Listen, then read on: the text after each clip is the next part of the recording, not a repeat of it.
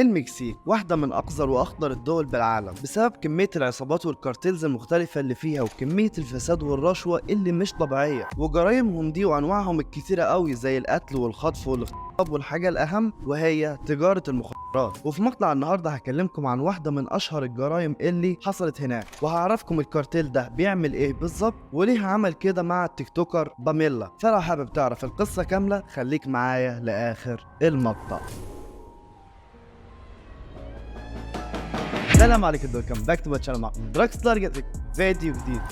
يا ترى ده ليه دراكستار مبسوط بالطريقه دي؟ الموضوع بكل بساطه لان احنا خلاص قربنا على 160,000 مشترك، وان شاء الله وقت قصير جدا وهيبقى عندنا 200,000 مشترك. ومن هنا ورايح اي حد قابلني في الشارع ده لو تعرفش انا مين، انا واحد عنده 200,000 مشترك، انت تتكلم معايا بادب يا ولد.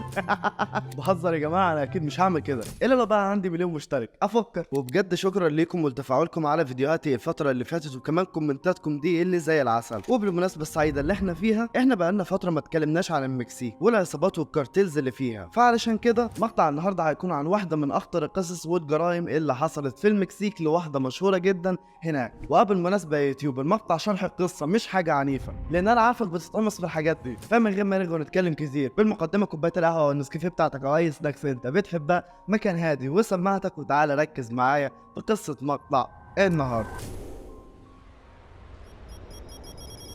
مش هتصدق الكارتيلز دول عملوا ايه في التيك توكر دي. للمعلومه بس يا جماعه، القصه دي كلها حصلت في المكسيك، فاكيد هيكون فيها احداث صعبه جدا ان انت تسمعها. فلو انت مش بتحب الحاجات دي هيكون حاطط لك علامه حمراء كده عشان تسكيب وما تسمعهاش. القصه كلها هتبدا من المكسيك، وبالتحديد في مدينه اكابولوكا، مع صاحبه ال 36 سنه باميلا موترينيجو. باميلا دي يا جماعه من صغرها بنت لطيفه، وكمان دمها خفيف وكوميديه بطريقه رهيبه، والكلام ده كله الناس كلها بتقوله عنها. المهم باميلا دي كانت أمنية حياتها إنها تبقى مشهورة في المستقبل زي الممثلين اللي كانت بتشوفهم على التلفزيون وهي صغيرة. فعلشان كده أول مهنة اشتغلتها كانت عبارة عن إنها تكون مذيعة في برنامج أطفال كوميدي، واللي استمرت فيه فترة كبيرة جدا كان بيظهر على التلفزيون. وبعدها بفترة حبت إنها تتجه للسوشيال ميديا زي فيسبوك، تيك توك، وكمان يوتيوب. كانت بتنزل عليهم محتوى زي فلوجات وميك اب بشكل كبير جدا، لغاية ما بعدها بفترة حصلت لها حاجة غريبة، وهي إنها ابتدت تغير المحتوى بتاعها وقررت إنها تخليه ليه علاقة بالسياسة،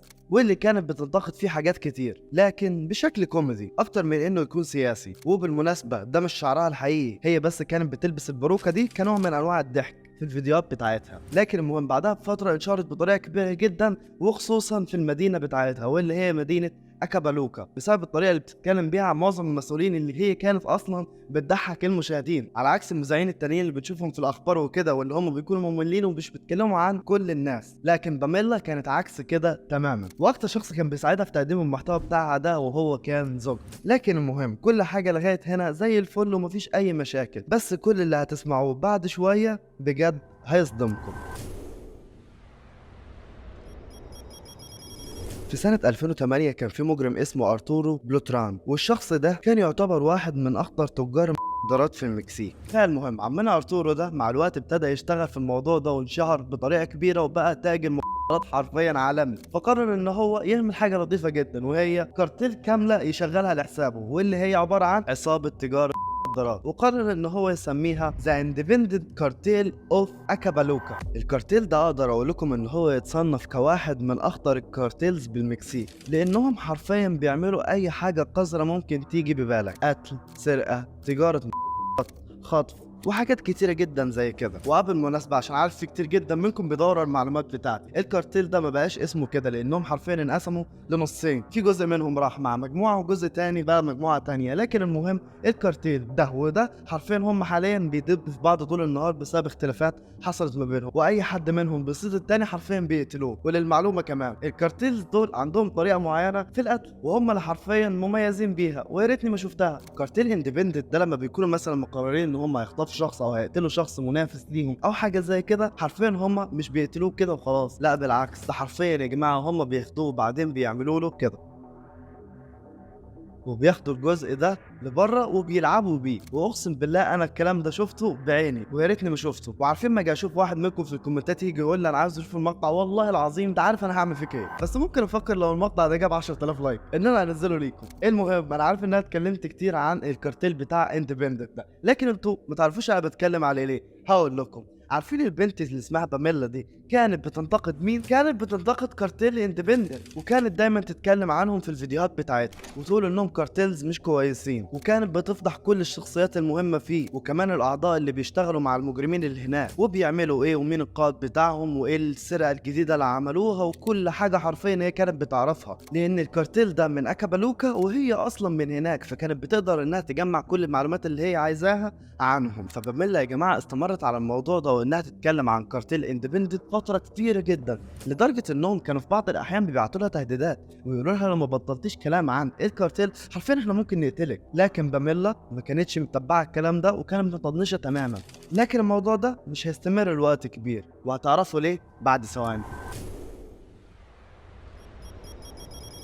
في 5 يناير سنة 2018 باميلا كان عندها مطعم في أكابالوكا وهي كانت صاحبته، ففي اليوم ده كانت قاعدة على ترابيزة من بره مع زوجها، فبيجوا 2 راكبين عربية سودا وفجأة بينزلوا منها قدام المطعم بتاعها وبيكون معاهم أسلحة، واللي على طول بيطلعوها من غير سابق إنذار وبيضربوا طلقة على رجل زوجها، وبعدين هيروحوا على باميلا ذات نفسها واللي كانت في الوقت ده واقعة في الأرض، وواحد منهم هيرفع المسدس بتاعه ويضرب باميلا طلقة في صدرها وبعدها طلقتين تانيين فين؟ هنا، لدرجة ان دي من الرصاص اللي اخدته، واللي على طول في نفس اللحظة الاتنين اللي نزلوا من العربية دول رجعوا ركبوها تاني وهربوا من هناك، وكل ده بس علشان البنت اللي اسمها باميلا دي ازعجت كارتيل اندبندنت اوف اكابالوكا المستقل. ومن هنا هنتاكد ان كلامها فعلا كان حقيقي، ان الحكومه اللي موجوده هناك بتشتغل مع الكارتيلز عادي جدا وبتخاف منهم تاخد منهم رشوه. ليه؟ لان حرفيا يا جماعه في واحد من الاثنين اللي كانوا موجودين في العربيه قدرت الكاميرات اللي كانت موجوده في الشارع هناك انها تجيب تفاصيل وشه، وعلى طول اصلا الشرطه قدرت انها تقبض عليه. لكن الغريب هنا لما تحول للمحكمه والمحكمه قررت انها المفروض تحبسه او تديله اعدام اصلا لان هو قتل باميلا. لكن تتوقعوا ايه اللي هيحصل؟ الكارتيل بتاع اندبندنت ده بيضغط على القاضي ذات نفسه وبيديله رشوه، فالقاضي اصلا مش بيحبس الولد ده وبس، لا بالعكس ده بيديله افراج اصلا ومش بيقبض عليه، وبيقولوا ان الادله دي مش كافيه، ما هو كان معدي في الشارع عادي جدا، والكلام ده غير عقلاني لان كل الناس اللي كانت في المطعم شافته وحتى زوجها اعترف عليه، لكن برضه بالعباره عادي جدا. والمقاله اللي انتوا شايفينها دي هي اللي بتاكد كلامي. والمعلوماتكم بس يا جماعه باميلا دي مش تعتبر اول مشهوره يجي كارتيل يعمل لها حاجه زي كده زي ان هو يقتلها، لا بالعكس، ده اصلا وانا بدور في قصتها اكتشفت من كام شهر بس كان في ولد تيك توكر ويوتيوبر مشهور بطريقه كبيره جدا اسمه خوزيه اتريق بس على زعيم كارتيل، فزعيم الكارتيل ده عمل ايه بكل بساطه؟ بعت ليه عصابه كامله ضربت فيه 15 رصاصه في دماغه. وعلى فكره قصته هي اكبر من كده لان فيها تفاصيل واحداث اكتر، فلو عايزين نتكلم عنها وصلوا المقطع ده ل 10000 لايك لان بجد تقريبا احداثها اصعب من القصه دي اللي انا لسه حكيها بكتير جدا وهتعجبكم. كده نكون وصلنا لنهايه المقطع، اتمنى يكون المقطع عجبكم. متنسوش ده مقطع جديد اليوتيوب يقول لك ادخل اتفرج عليه لان هو واثق انه هيعجبك.